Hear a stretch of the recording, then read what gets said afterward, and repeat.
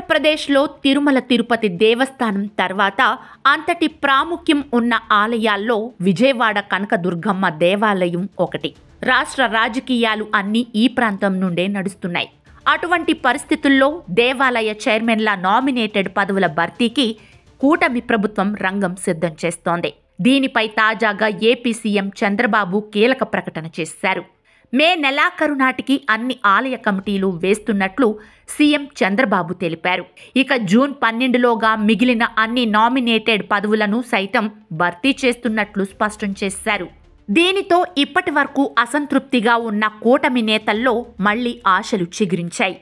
రాబోయే కొత్త నామినేటెడ్ పదవుల లిస్టులో తమ కష్టాన్ని ఎకనైనా పార్టీ పెద్దలు గుర్తించి పదవులు ఇవ్వకపోతారా అంటూ అసంతృప్తి నేతలు ఆశగా ఎదురుచూస్తున్నారు.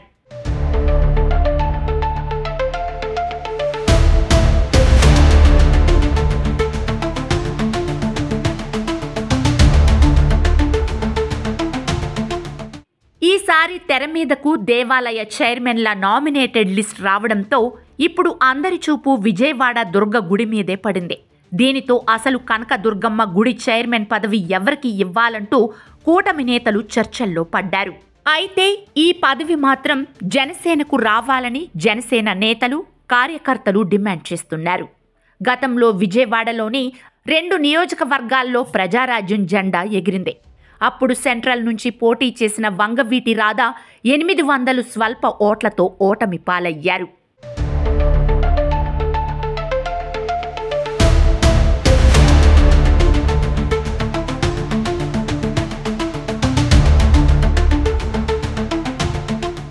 ఇక 2019 ఎన్నికల్లో విజయవాడలోని 3 నియోజకవర్గాల్లో జనసేన బలమైన ఓటు బ్యాంక్ కనబరిచింది. అయితే 2024లో మాత్రం పొత్తులో భాగంగా విజయవాడలో జనసేన ఒక్క సీటు కూడా పోటీ చేయలేదు. దీనితో ఆనాడు త్యాగం చేశాము కాబట్టి నేడు దుర్గగుడి చైర్మన్ పదవి జనసేనకు దక్కాల్సిందేనని జనసేన నేతలు కోరుకుంటున్నారు.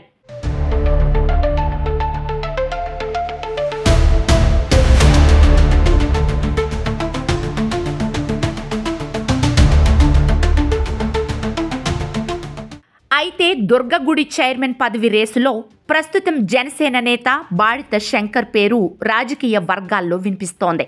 బాడిత శంకర్ దుర్గమ్మ తల్లికి పరమభక్తుడు. ప్రజారాజ్యంలో కూడా ఈ నేత కీలకంగా పనిచేశారు.